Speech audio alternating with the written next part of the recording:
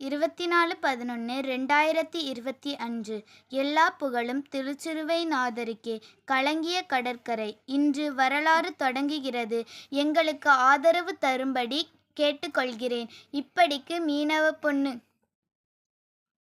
தாத்தா, நீங்க ஏன் சோகமா இருக்கீங்க? வா பேத்திமா, நம்ம ஊரை நினச்சி தான் ஒரே கவலையாக இருக்குது. ஏன் தாத்தா, அப்படிக்கு நம்ம ஊரை நினைச்சா என்ன கவலை? என்ன செய்ய, அந்த காலத்தில் நாங்கள்லாம் வாழ்ந்த வாழ்க்கை வேறு. ஆனால் இந்த காலம் ஏதோ பூமியில் வாழ்கிறோம் அப்படிங்கிற வாழ்க்கை தான் நிறைய பேர் வாழ்ந்துக்கிட்டு இருக்காங்க. உனக்கு தெரியாதுமா, நம்ம ஊரில் அன்று எப்படியெல்லாம் இருந்தோம் தெரியுமா?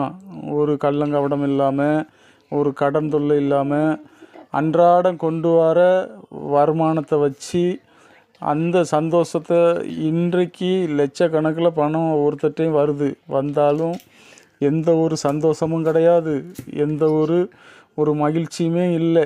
எவன் வீட்டை பார்த்தாலும் எங்கே பார்த்தாலும் ஏதாவது ஒரு சமயத்தில் அவங்கவுங்க கவலையில் நொந்து நூலாகி, ஒவ்வொரு வீட்லேயும் மாத்திரைகள் இல்லாத வீடும் கிடையாது, லோனுகள் எடுத்து சீரழியாத குடும்பங்களும் இல்லை. அப்படி ஆயிடுச்சு. ஒவ்வொரு குமரை கரையேற்றுறதுக்கும், ஒவ்வொரு காரியங்களை பண்ணுறதுக்கும் என்னென்ன மாதிரிலாம் நம்ம மக்கள், மீனவ மக்கள் கஷ்டப்படுறாங்கங்கிறது இந்த கவர்மெண்ட்டுக்கும் தெரிய மாட்டேங்குது. நம்ம வீட்டில் வளர்ந்து வர இள பசங்களுக்கும் தெரிய மாட்டேங்குது. என்ன செய்ய? நான் அந்த காலத்து வரலாறை பூரா நம்ம எப்படியெல்லாம் வாழ்ந்து கடந்து வந்தோம். நம்ம மீனவ மக்கள் என்ன மாதிரி ஒரு பெரிய ஒரு மரியாதை மதிப்போட ஒரு ஸ்டாண்டர்டான, யாருக்கும் அஞ்சாத வாழ்க்கையை வாழ்ந்தோங்கிறத நான் சொல்லித்தரேன்.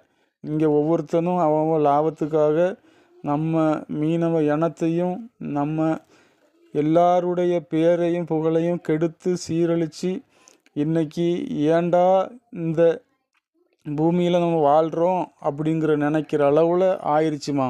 இதுதான் நான் உனக்கு இன்னும் நிறைய சொல்ல வேண்டியிருக்கு, நான் சொல்கிறேன்.